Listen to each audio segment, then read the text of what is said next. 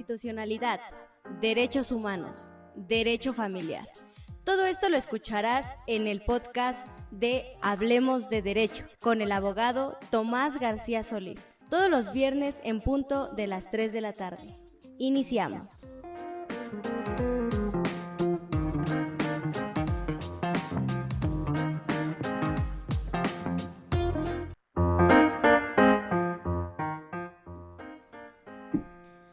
Hola, muchas gracias una vez más por estar con nosotros en nuestro programa Hablemos de Derecho. Yo soy su amigo y servidor, el licenciado Tomás García Solís. Hoy me acompaña en el estudio mi amigo y conductor Jorge Navarro, así también como el doctor en economía Gustavo Zabaleta Hurtado, y nos acompaña su hijo. Es un gusto, Gus, saludarte aquí. Estamos muy contentos de tenerte aquí en el estudio. Le cedo la palabra a mi buen amigo Jorge Navarro. Muy buenas tardes, amigos, sean todos bienvenidos a este programa, una edición más. El día de hoy nos acompaña nuestro invitado especial, Gustavo Zabaleta Hurtado. Él es maestro en economía, en ciencias económicas por la UNAM. Es funcionario en los 3 niveles de gobierno y además es conferencista. Es certificado por el Colegio Nacional de Economía en micro y macro política económica. También lo pueden encontrar en redes sociales como el canal de YouTube, Facebook y Space. El nombre de su programa es Economía y otros datos. El tema del día de hoy, como ya lo anunciaron, es México 2024, ¿hacia dónde vamos? Bienvenido, Gustavo Zabaleta Hurtado. ¿Hacia dónde vamos? Gracias, Jorge, gracias, Tomás. Agradezco la invitación. Rápidamente, nosotros podemos plantear una pregunta pertinente, que es ¿hacia dónde se dirige nuestro país? Entonces, Tomás, podemos hablar de empresas, hablar de gobiernos y de gobiernos nacional, estatal, municipales. Podríamos hablar del cambio de paradigma, ya no hablar, Jorge, de un gobierno que busque el desarrollo nacional, sino de 2.500 gobiernos municipales que busquen el desarrollo local. Podemos hablar ya no solamente del Plan Nacional de Desarrollo, sino que podemos hablar de una globalización a nivel mundial.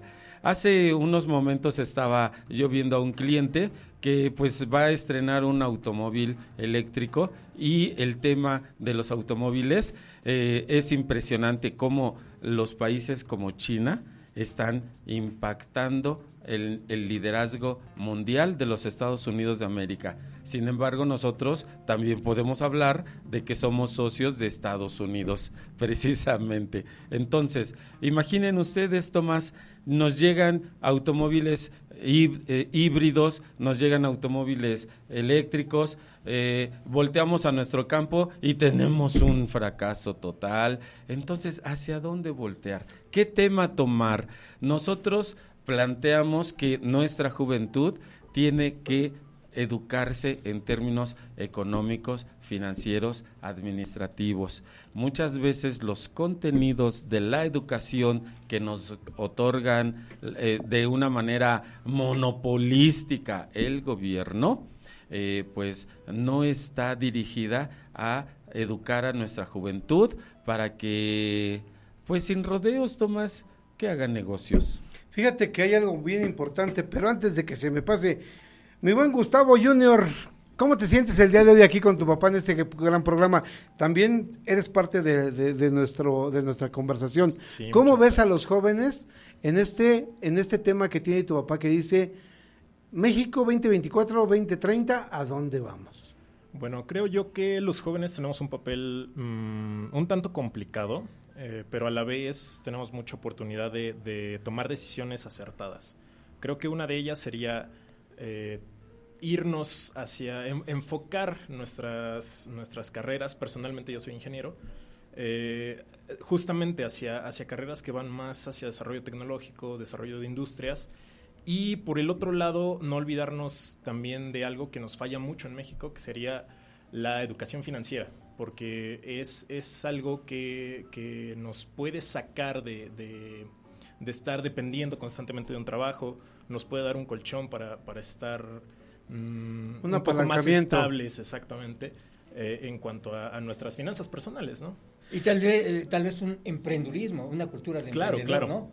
O sea, Claro, deberíamos de aprovechar justamente todas las oportunidades que está ahorita, bueno, lo que tenemos con nearshoring, lo que tenemos con empresas chinas, lo que tenemos con mercados, que es bastante complicado competirles en cuanto a precio, pero creo yo que podemos buscar por ahí algún nicho en el cual podamos llegar a competir con nuestra calidad en mano de obra mexicana y desarrollar también tecnologías. No olvidarnos de desarrollar nuevas tecnologías, siempre lo dejamos a otros países. Qué bueno, mira, tenemos un joven de alto nivel. Jorge, Gustavo, yo te hago una pregunta. Normalmente cuando un equipo, cuando un sistema, cuando una organización gubernamental inicia un proyecto, yo me pregunto a dónde vamos, pero primero, ¿quién es el que nos lleva? ¿Tú qué panorama ves ante el nuevo gobierno que inicia en México?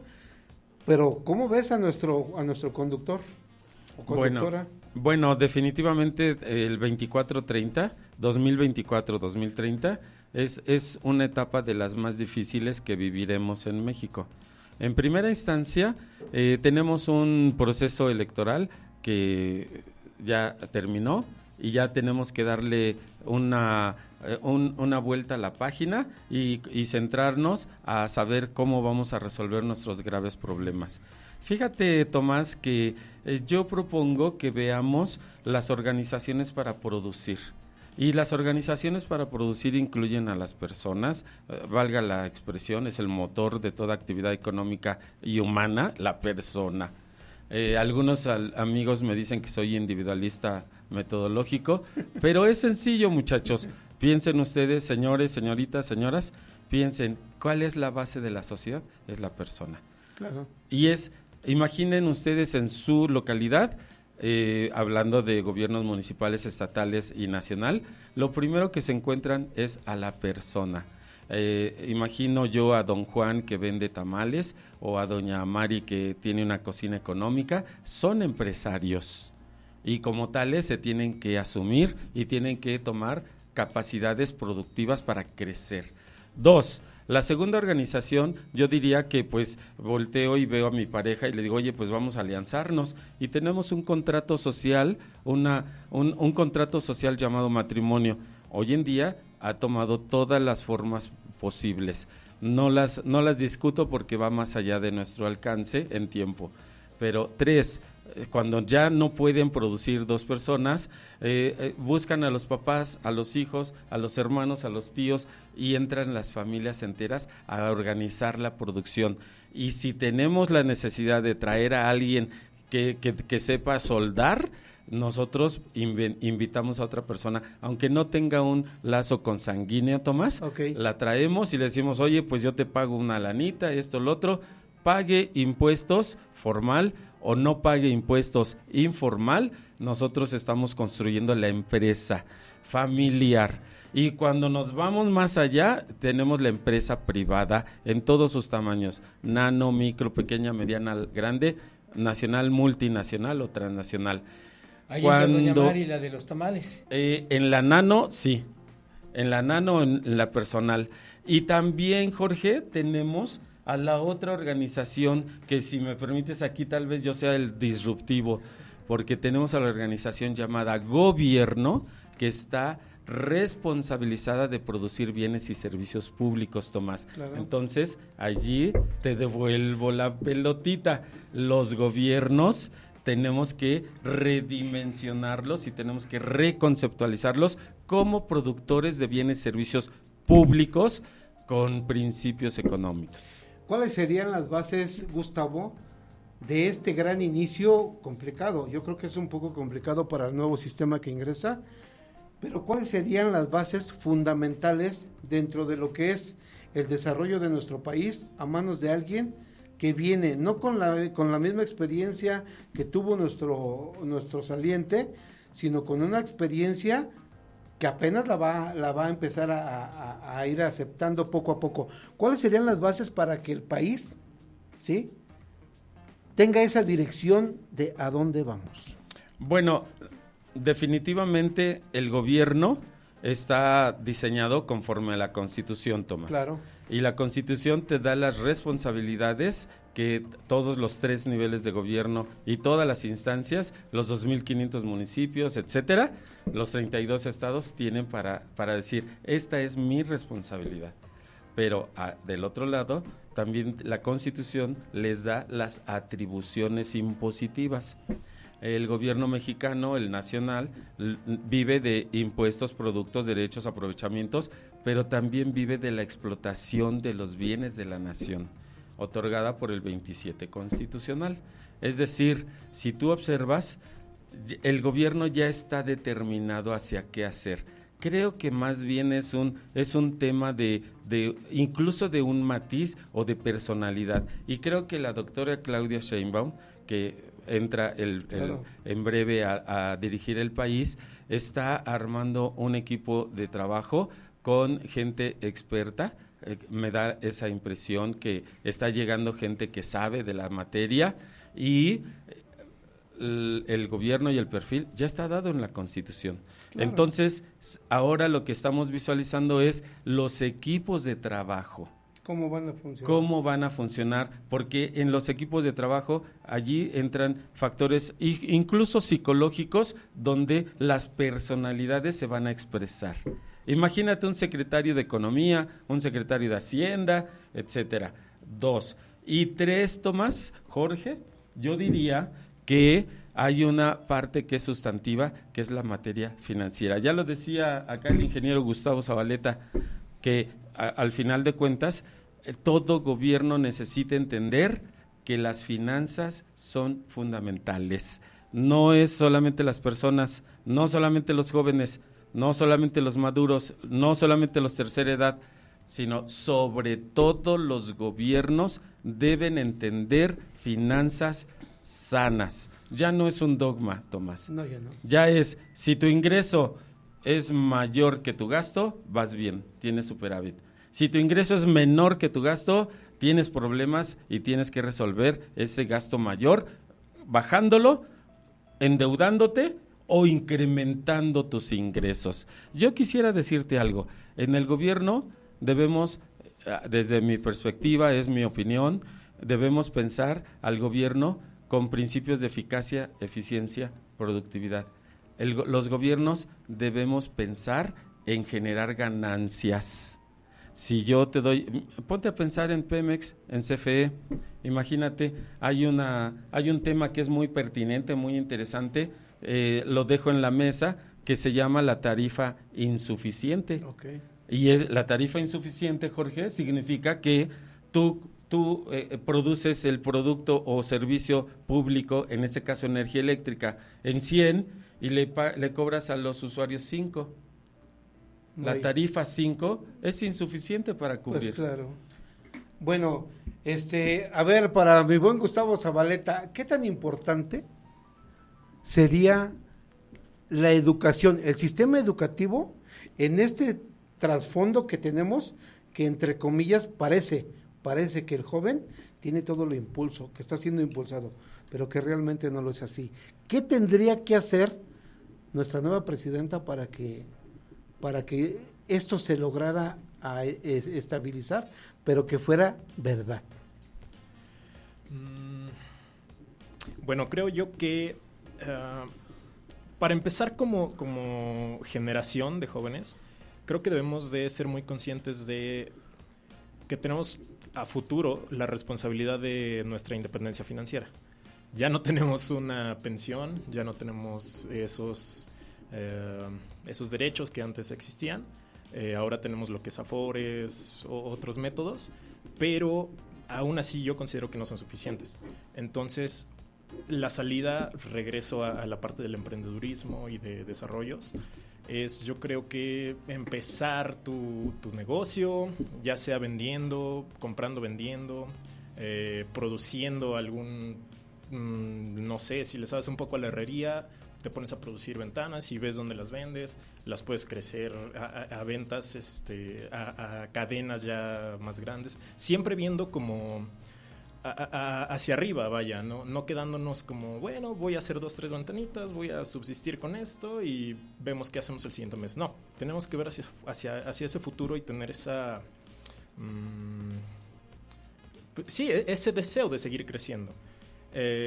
Como medidas de gobierno, creo que sería acertado seguir apoyando o apoyar de una manera un poco más directa justamente a esto, a lo que sería emprendeduría, a los emprendedores y capacitar técnicamente a los jóvenes. Ok, mejorar pero la mano de obra, ¿no? Pero yo te hago una pregunta, Gustavo. Si ese es el camino de un México con futuro, ¿qué nos espera en el 2030? O sea, yo no puedo concebir que yo, siendo una persona preparada, tenga que obligatoriamente a buscar la forma de que mis hijos empiecen como pequeños comercios. Sí, yo creo que es un fundamento magnífico el que tu hijo tenga un sistema de emprendimiento, pero no de esa calidad. Yo creo que usted, joven que estudió tantos años, usted que se rompió el alma en los libros, merece algo mejor. Y si hay algo mejor, tiene que ser obligadamente por el sistema gubernamental implementado algo diferente, ya no vivir lo mismo. Mira, perdón, Gustavo lo había comentado, o bueno, ya lo habían comentado ustedes, hay un conductor ya del país, saben cómo manejar el país, o sea, qué es lo que tienen que hacer. Por supuesto, hay un plan. Yo creo que ahí es precisamente a dónde vamos, México, porque hay que revisar ese plan y hay que actualizarlo, porque me imagino que el plan ya no es el adecuado de inclusive hace 6 años o hace 3 años. Es más, me atrevo a decir que ni siquiera hace el año pasado podría ser el mismo plan. Necesita adecuarlo porque, como bien lo comentó el joven Gustavo, China, otros países van creciendo, van avanzando y nosotros... Estamos dormidos. ¿Cuándo, Gustavo? A ver, ¿cuándo? Bueno, ¿O cómo? Es que me hacen manita de puerco, Jorge, Tomás, pero ahí les voy. Fíjate que voy a ser políticamente incorrecto, Jorge, pero si tú revisas la historia de nuestro país, efectivamente tenemos una historia de oligopolios y de monopolios en términos económicos. Y esos oligopolios y monopolios han sido dirigidos por los grupos de población que gobiernan al país.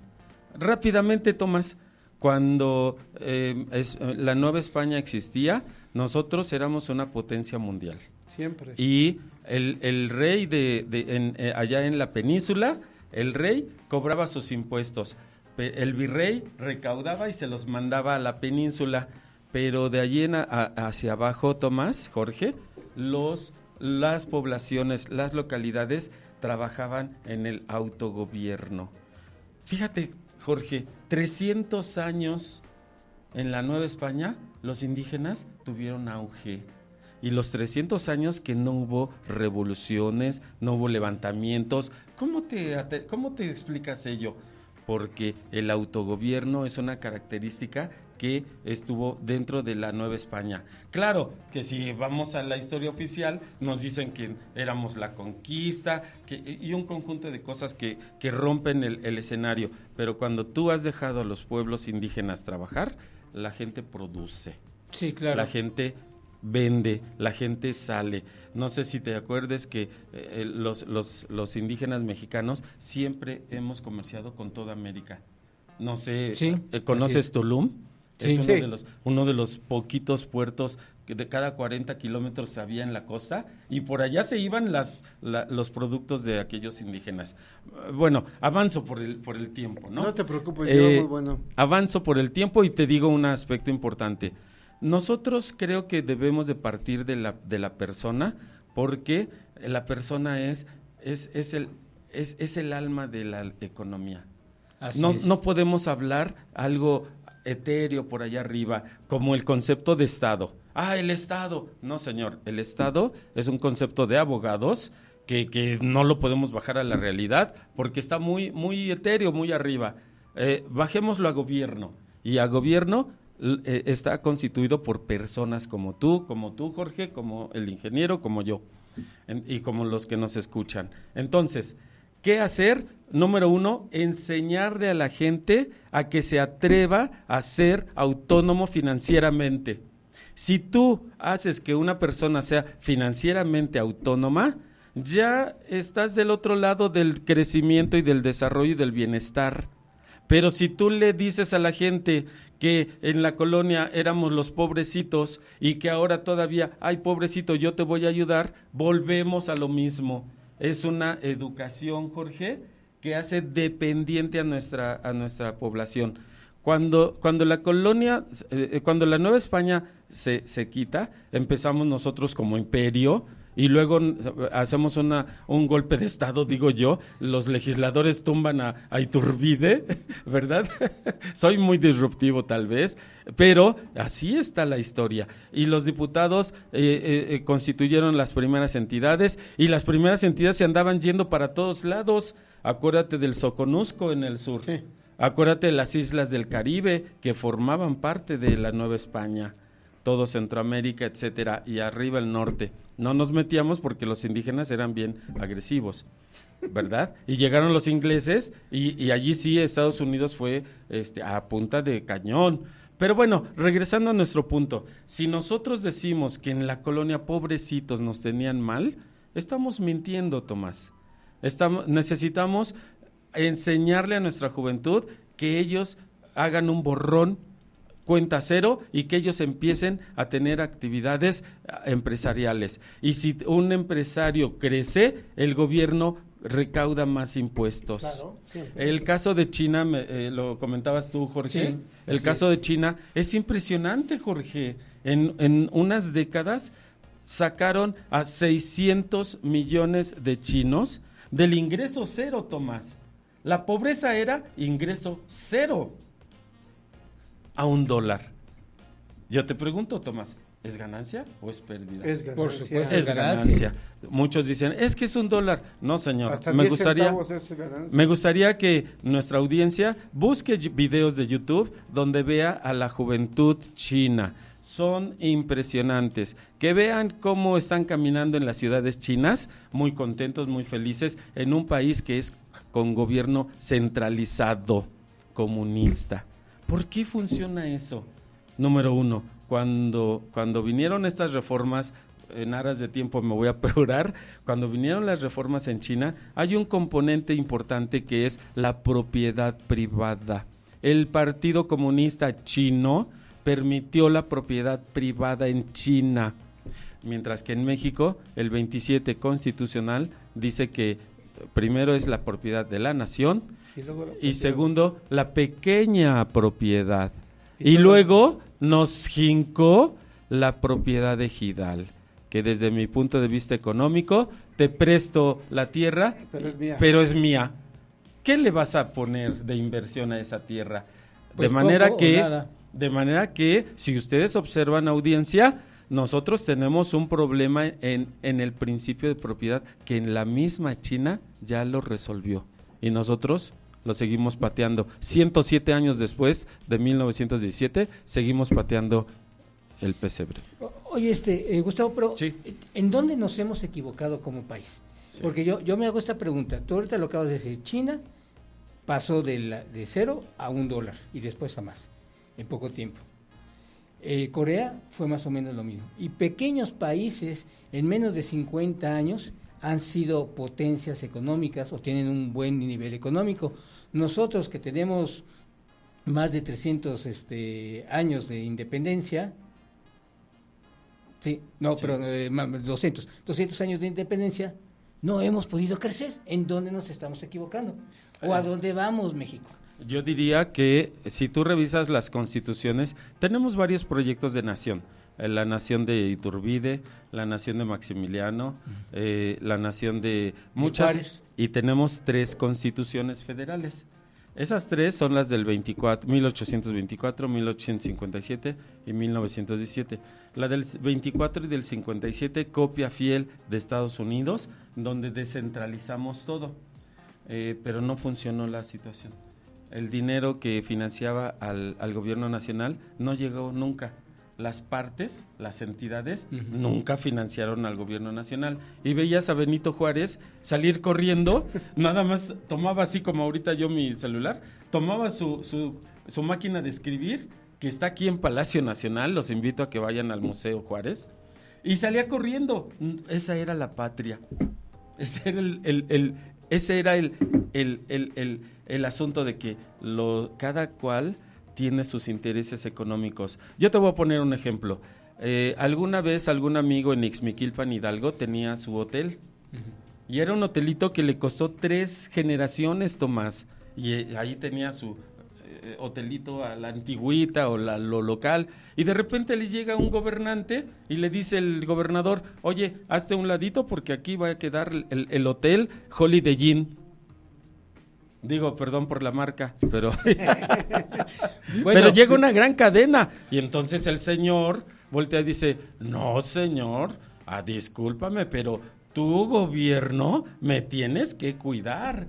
Y claro, no sé por qué volteé a ver a Tomás, pero me tienes que cuidar. Y entra Holiday Inn, no, hágase a un lado, lo detenemos. Si tú revisas las políticas en Europa, son muy diferentes a las políticas en Estados Unidos o Canadá. Siempre. Tú ves allá en los negocios en Europa, se cierran y cubren al pequeño empresario, ¿no? Entonces, ¿en qué nos equivocamos, Jorge? Creo yo, es mi opinión, que nosotros tenemos una clase política rapaz desde el origen. Desde que Miguel Hidalgo dio el grito y esa clase política terrateniente, unos terratenientes, otros de la clase monárquica y el zoológico grande de políticos, allí no han soltado al país, no lo dejan crecer. Le quitan la tierra a los campesinos, están peleando. Tenemos secretaria de la Reforma Agraria durante décadas porque estaban resolviendo pleitos de tierra. No sé si te acuerdas, Emiliano Zapata, el grito que tenía. Tierra y libertad. Emiliano Zapata lo que en realidad nos estaba pidiendo era propiedad privada en la tierra y déjennos trabajar. Claro. Mira, Gustavo, vamos avanzando, pero voy a ser partícipe de este comentario al ingeniero Gustavo Zabaleta. ¿Tú qué opinas, Gustavo, el sistema educativo que lleva México y el sistema becario, que siempre ha sido una propuesta, pero que no la vemos? ¿Qué es lo que necesita? Dice Jorge Navarro que ¿qué hemos hecho mal? Yo pienso que el pueblo no hace cosas malas. No, por supuesto. Que el gobernado no hace cosas malas, sino que en un equipo el que tiene la responsabilidad es el entrenador. ¿Tú qué opinas sobre lo que es el sistema educativo que actualmente tenemos y tangente la UNAM? Ajá. Y de hecho, bueno, voy a aprovechar para completarlo. ¿Y qué es lo que, como joven o jóvenes, están ustedes pidiendo o esperando del gobierno? O más bien esperando y pidiendo del gobierno para que salgan adelante. Sí, sobre el sistema educativo, yo creo que está, sobre todo en la UNAM, yo vengo de la UNAM, creo que nos dejamos llevar mucho por cuestiones de política, está muy politizado, mucha ideología, que no es mala, claro que se tiene que tratar, se tiene que revisar, pero no creo que tiene que ser el rumbo o el objetivo, idealizar a todos los alumnos. Creo que lo mejor sería, ¿sabes qué? Existe esta corriente ideológica, esta otra. Esta tiene estos pros, contras, hacer todo el análisis de manera objetiva, porque para eso es una universidad. No es para dogmatizar, no, es para hacer análisis, estudiar, investigar y desarrollar más conocimiento. Por eso es universidad. Exacto. Entonces creo yo que nos debemos de enfocar menos en la ideología, entenderlas y poder sacar lo mejor de cada una de esas ideologías. ¿Por qué? Podemos ver el caso de China. Regreso, ahorita estoy muy, muy metido en eso. Ok, sí. Podemos ver que su sistema político, bueno, está totalmente centralizado. Sin embargo, el modelo económico que están siguiendo ha sido tan efectivo que en 30 años hay empresas que le están compitiendo a marcas estadounidenses de autos que llevan más de 100 años de historia desarrollando vehículos y hoy en día tienden a ser más competitivos. Yo siento que en unos 5 o 10 años van a estar dominando el mercado que habían estado manteniendo esos países dominantes, ¿no? Entonces creo yo debemos de enfocarnos en otras cuestiones menos ideológicas, más productivas, sacar lo mejor de todos los lados que podamos y definir ese nuevo rumbo. Segundo, ¿qué necesitamos los jóvenes? Yo creo que algo primordial que tenemos muy desatendido como sociedad y los gobiernos es la parte de la seguridad. No podemos avanzar, no podemos... Tuve un éxito económico, tuve una empresa, me pude comprar un carro, salgo y me lo roban. No tengo incentivos, es todo lo contrario. Los incentivos son, ¿sabes qué? Pues mientras menos tenga, menos me pueden quitar, ¿no? Entonces, siento yo que como jóvenes es una traba enorme la que tenemos en la seguridad. También me parece que esta inseguridad se deriva de una pérdida de valores como sociedad. No creo yo que... Personalmente no justifico la parte de, pues roba porque tiene hambre, roba porque... No es por ahí la cuestión. Yo creo que es una cuestión más profunda de valores, de la gandalle, lo podríamos decir en términos coloquiales. El pasarse de listo. De, ¿sabes qué? Tú tienes esto y yo no lo tengo. Te lo quito. Te lo quito y no me pasa nada. Ese es otro punto. Botín de guerra. Exacto, estamos prácticamente sin nada que nos garantice. Entonces, la parte de la impartición de justicia, estamos totalmente... puedes cometer un robo y la probabilidad de que te termines encarcelado, termines en un proceso judicial, es mínima. Entonces, ¿qué incentivas como sistema a que todo el mundo haga lo que sea? Seguridad es lo que tú buscarías. Fíjate, Gustavo, tú cuando comentaste seguridad, yo me estaba imaginando, aparte de la seguridad pública, personal, pública, sí, me estaba imaginando que a lo mejor ibas a hablar de seguridad en estas propuestas económicas, seguridad de que tú sabes que tienes un proyecto y te van a apoyar de alguna manera, hay políticas, hay sistemas en donde dices, tengo este proyecto, ayúdenme a desarrollarlo, ese tipo de seguridad de que yo hago mi empresa y me van a permitir trabajar y no me van a estar, pues por ejemplo, empezando a abrumar con tantos impuestos, tantos derechos que hay que pagar y otras cosas, ¿no? O que simplemente, pues, ahora se podía esto, pero ahora ya no. Entonces, tú ya tenías más o menos una estructura como empresario, como emprendedor. Yo pensaba hacer mi negocio, ya me cambiaron las políticas y ahora, pues, ya qué voy a hacer. Ahí te va, mira. Entonces, yo cierro esa parte con la intervención de Gustavo, porque me acabas de hablar de algo que se nos ha pasado, el modelo del sistema económico. Y eso le compete a mi buen doctor Gustavo Zabaleta que nos diga, ¿estamos mal en el modelo económico? ¿Hay que implementar otro modelo económico? ¿Hay que evitar otro modelo económico? ¿O hay que crear un verdadero modelo económico? Bueno, en primera instancia creo que el modelo económico está plasmado en la Constitución.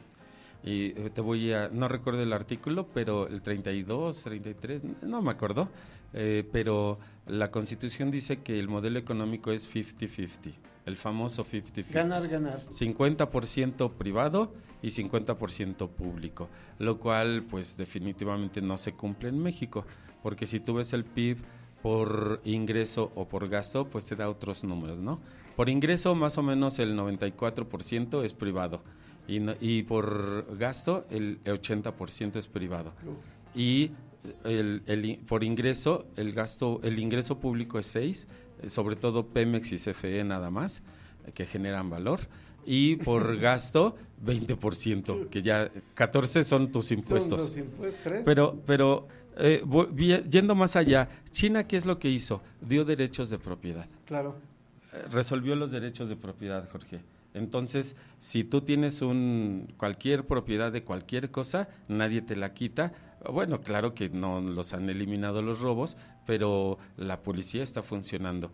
Lo que decía Gustavo, si tú estás en tu negocio y cierras tu fábrica y te vas y al otro día llegas y la vaciaron, pues te estás en quiebra, ¿no? Entonces, los derechos de propiedad significan más seguridad, significan también servicios ya hemos visto que si no funciona el sistema de salud, pues la gente va al doctor Simi y pues sí en el doctor Simi paga 50 pesitos, Jorge, y sí funciona. Sí funciona. Entonces, hay otro modelo que puede funcionar de otra manera. 3, nosotros ya resolvimos la seguridad. Nos peleamos y necesitamos una impartición de justicia expedita, transparente, como dice la Constitución. Sí. Hablando con amigos jueces, me dicen, Gustavo, es que todas las leyes están dadas. Y digo, entonces, ¿cuál es la bronca, Jorge? Tu pregunta es profunda. ¿Dónde fallamos? En el grupo gobernante que no suelta a la sociedad. Allí tal vez soy muy radical, Jorge, pero la historia muestra que los gobiernos mexicanos todos salen perdiendo dinero. Siempre. Entonces, pues es una constante. Pero a ver, esa pérdida de dinero tiene que ver con la aplicación del sistema económico o tiene que ver con la aplicación del sistema personal. Tiene que ver con lo que yo denomino oportunismo económico. Y lo decía el ingeniero Gustavo. Si tú vas en el camión, sacas la fusca y gritas, ya se la saben, pues todos dicen, no, pues ahí está la lana, toma, no hay bronca, ¿no? Pero se baja el señor y todavía da las gracias, ¿no? ¡Gracias! Y se va. ¿Y la policía? ¿Y el Ministerio Público?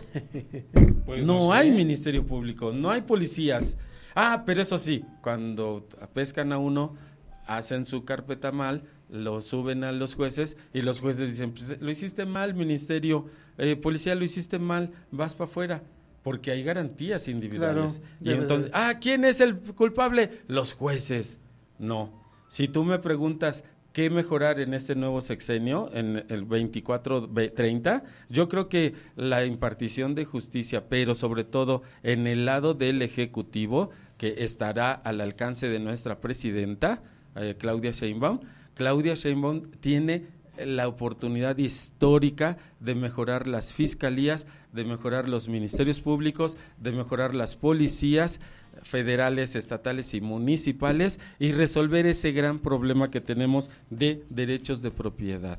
Si nosotros mantenemos derechos de propiedad con esta acción, entonces la gente empieza a producir más. ¿Hay confiabilidad? Te voy a decir el secreto de una vez, Jorge, antes de que se me vaya. De una vez, Jorge. Ver, lo voy a apuntar. La presidenta, una de las formas que puede resolver es con el money. El presupuesto. Revisen ustedes el presupuesto de egresos de la Federación y cuantifiquen cuánto se le da a la función de justicia. Y es así, chiquito. Entonces, la presidenta, tú me lo preguntas, claro, yo te lo respondo, Jorge, la presidenta puede reasignar presupuesto y decir, la sociedad tiene como función sustantiva y de sobrevivencia la seguridad pública. Y entonces resolvamos policías, resolvamos ministerios públicos primero. Y segundo, sí también resolvamos a los jueces, efectivamente. Pero vamos por pasos. Llevamos educación, llevamos seguridad, llevamos economía. ¿Y qué hay del sistema de salud? México, ¿a dónde vamos? Definitivamente, por allí hay unas cifras. Nosotros buscamos unos indicadores de salud y en los países a los cuales aspiramos llegar a ser, tienen 25 médicos por cada 100. Nosotros tenemos 2 médicos por cada 100. Y 10 cubanos ahora, y ¿no? ahorita 10 cubanos que no están certificados, pero que sí les pagan al gobierno cubano. A ellos les dan un pedacito para que sobrevivan aquí, porque el pago va directo al gobierno cubano, lo cual en la ONU y en la Unión Europea está prohibido y está sancionado y está, ¿cómo se dice cuando lo acusas? denunciado. En la Unión Europea dicen, no, eso es esclavismo moderno. Claro, y sigue siendo esclavismo. Entonces, Sí, claro. ¿de qué estamos hablando? ¿De resolver salud con esclavos cubanos? No, por allí no creo que vaya. Creo que va porque a los médicos que se van a Exmiquilpan, vuelvo al ejemplo, o se van a cualquier zona rural, le garanticemos la vida, Claro. le garanticemos que no le saquean sus casas, le garanticemos que no lo roban, lo violan, lo desaparecen en el camino. ¿Me explico? Entonces, espero haber resuelto esa Sí, duda. pero El primer paso, perdón Tomás, el primer paso es dinero. Vamos a cambiar la distribución del presupuesto. Decía mi abuelita, ¿no? Oye, si me mandas por los refrescos, pues dame para pagarlos. Y así Sí. nosotros, ¿quieres que resuelva la seguridad? Sí, pues dame presupuesto, ¿no? Adelante. Ok, Gustavo, ingeniero Gustavo. Me enfoco mucho en ti porque eres un joven que inicia con el desarrollo de su profesión, que también tiene esas ganas de crecer como un profesionista, pero para ustedes los jóvenes, algo que siempre ha sido muy tocado, ¿sí? El sistema ambiental, el ambiente, nuestras formas de vivir. Nuestra presidenta, pues ahora es una ambientalista. Ustedes los jóvenes, en realidad, en verdad, ¿qué pedirían para nuestro medio ambiente? Yo considero que, para empezar, hemos tenido un modelo de crecimiento como ciudad que no ha estado fundamentado, no ha estado pensado para ser sostenible. Podemos verlo ahorita con las crisis que tuvimos de agua, que todavía tenemos. Y que ha estado lloviendo, pero y seguirán. Pero esa agua se termina yendo al drenaje. No tenemos ningún sistema de captación pluvial, cosa que, por ejemplo, en Europa sí pasa, ¿no?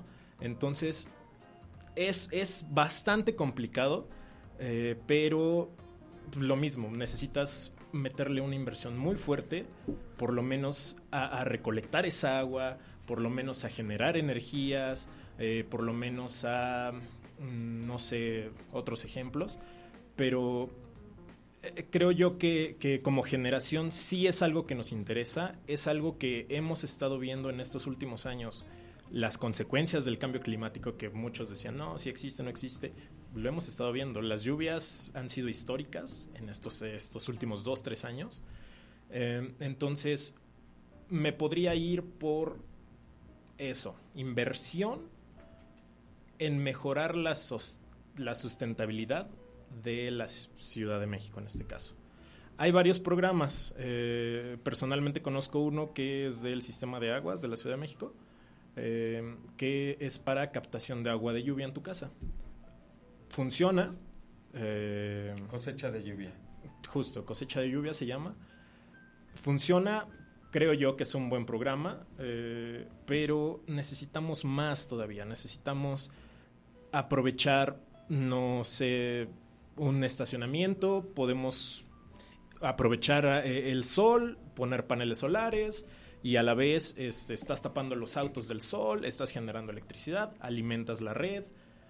Hay muchas formas que podemos Oye, Gustavo, utilizar. fíjate que viendo esta parte tan importante y la forma en que tú me vas describiendo, ¿no sería esto la parte principal para un gran inicio, para una nueva educación? Porque lo que decíamos, ¿no? O sea, puedes cambiarlo, pero ¿cuántos años va a tardar? Ahora, aquí a Gustavo Zabaleta, cada paso que doy, cada pregunta que hacemos, cada tema que abundamos, caigo en lo mismo. Entonces, ¿el modelo económico no funciona? No, creo que... Otra aplicación. No, creo que es el modelo político el que no funciona. Mira, ponte a pensar en esto, Tomás, Jorge, Gustavo, piensa en esto. Deja a la gente sola. ¿Y qué sucede? Que crece de manera espontánea. Deja a las personas solas y hacen sus negocios. Entonces yo lo que te digo es, el modelo económico, si tú me obligaras, estaríamos en una disyuntiva entre modelo económico privado o neoliberal, como está de moda, sí, con la ideología, sí, con la sobreideologización, o el modelo gubernamental. Yo te digo una cosa, piensa en la burocracia mexicana. Yo soy parte de la burocracia porque como profesor de la universidad pues soy parte de la burocracia, pero trato de entender este asunto. Y el asunto es de que la burocracia desde el origen de este país como México independiente no suelta el pastel. Okay. Y hay un libro, perdóname, siempre lo digo a mis Dime. Hay un libro que se llama se me fue, ahorita me llega, es de Dinastías. ¿Quieres entender los últimos 60 años del pleito político en México? Leamos a Garza con Dinastías. Es un libro, es este compañero que hace otros programas de radio, no voy a hacer el anuncio por cuestiones obvias o no sé si se pueda, pero al final de cuentas lo que yo te diría es, el modelo económico funciona aquí y en China. Lo que no funciona es el modelo político gubernamental. Bueno, Gustavo Zabaleta es un gran economista. Vamos cerrando el programa, mi buen ingeniero Gustavo. ¿Cómo nos despediríamos de este tema? Porque vamos a tener otro, ¿eh? Sí, es que nos quedamos cortos. Sí. Estos temas son muy buenos para... Bueno, creo yo que... Y no deje de invitar en el programa a sus cuates, sí, claro, a todos, saludos a la familia y todos.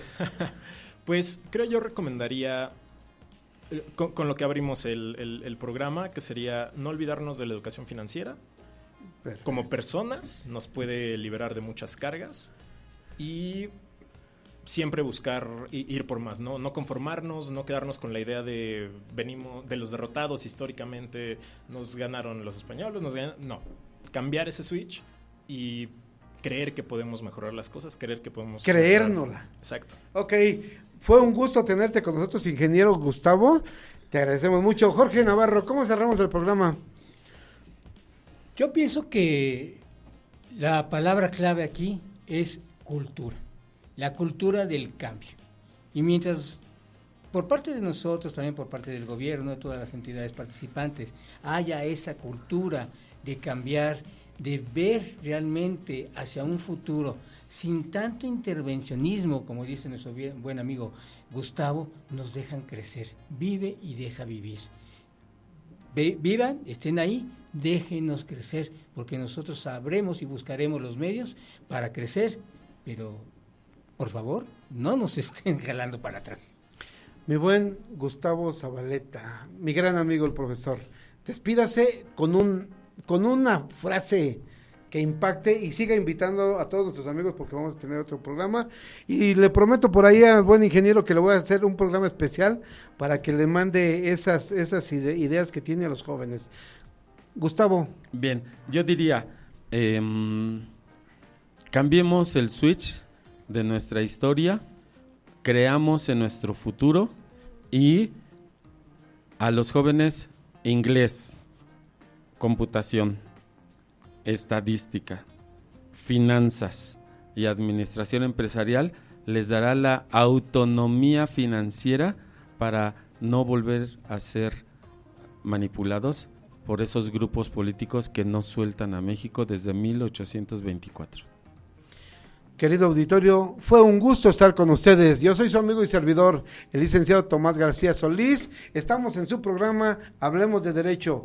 Tenemos un próximo programa con nuestro gran amigo, el doctor en Economía, Gustavo Zabaleta, y con el ingeniero Gustavo Zabaleta Jr.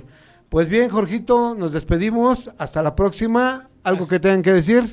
Hasta la próxima simplemente y que no nos dejen de sintonizar. Ok. ¿Todo bien? Pues bien, síganse ganando el libro de Elon Musk, que está a los que nos compartan y nos den like. Síganos martes, 1:30 de la tarde, jueves, 11 de la mañana por Viendo.net y todos los viernes a las 3 de la tarde aquí en su canal de Promo Estéreo y Spotify. Hasta la próxima. Muchas gracias. Hasta luego.